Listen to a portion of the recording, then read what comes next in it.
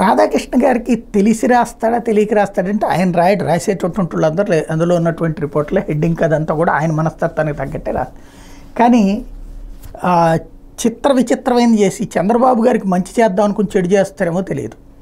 ఇప్పుడు ఇవాళ ఒక వార్త రాశారు, నిన్న ఆయన స్టీల్ ప్లాంట్ వాళ్ళతో మాట్లాడారు కదా జగన్మోహన్ రెడ్డి. అప్పుడు ఏమన్నారు, కేంద్రంలో అధికారంలోకి వచ్చి పూర్తి మెజార్టీ రాకపోతే అప్పుడు నేను ఏదైనా చేయగలను అని చెప్పాడు. క్రిందటిసారి కాపులకి అట్లాగే చెప్పాడు, నేనైతే రిజర్వేషన్లు ఇవ్వలేనని. నిర్మోహమాటంగా చెప్పడం అతను అలవాటు, జగన్మోహన్ రెడ్డి అలవాటు. ఇప్పుడు అట్లాగే ఈ మొక్క చెప్పాడు. దాన్ని అంటే ఎన్డీఏకి జై కొడతాడా జగన్మోహన్ రెడ్డి అని ఒక హెడ్డింగ్ పెట్టారు. ఎస్, జై కొడతాడు, అతను కొట్టనని చెప్పట్లేదే. ఎందుకని? కాంగ్రెస్కి అయితే అతను జై కొట్టలేడుగా, కాంగ్రెస్ పార్టీని అధికారంలోకి తేవాలని కోరుకోవట్లేదు కదా అతను. ఏం చంద్రబాబు నాయుడు బీజేపీతో విభేదించి ఏకంగా రాహుల్ని ప్రధానం చేస్తానని చెప్పి దేశమంతా తిరిగి 2019 అయిపోగానే ఏమన్నాడు, తన దగ్గర ఉన్న 4 ఎంపీలు గిఫ్ట్గా పంపించి బీజేపీకి ఆ రోజు నుండి ఓపెన్ మద్దతు. బీజేపీ అడిగితే ప్రకటించాడు ఆయన అంతటా ఆయనే ప్రకటించాడుగా.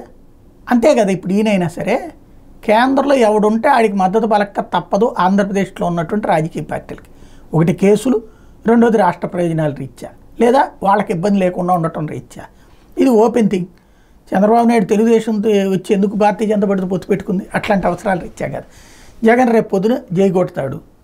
ఈ మాట నేను బాబుకి షాక్ అని ఎందుకు పెట్టానంటే హెడ్డింగ్కు, జగన్ని పొరపాటును కూడా ఎన్డీఏలో చేర్చుకోరు, ఎన్డీఏలో అందుకు చంద్రబాబుని పెట్టేసుకున్నారు కాబట్టి ఇక బీజేపీ దగ్గరికి వెళ్ళడం కష్టం, బీజేపీ కేంద్రంలో మళ్ళీ అధికారంలోకి వస్తుంది, అందువలన ఇక్కడ జగన్మోహన్ రెడ్డిని దూరంగా పెట్టండి, జగన్కి ఓటెయ్యొద్దు అని ఒక పక్కన చెప్తుంటే చంద్రబాబు నాయుడు, ఇటు పక్కన ఈయన తీసుకొచ్చి రేపొద్దున జగన్ కూడా ఎన్డీఏకి చెయ్యంటే అప్పుడు ఇంకా భయం ఏముంది. బీజేపీ ఓటర్ కూడా ఎటేయాలనుకునేటటువంటి సందర్భంలో బీజేపీ మీద విరక్తి కలిగితే ఇటు పక్క వేసుకోవడానికి అవకాశం కల్పించినట్టు అవుతుంది కదా.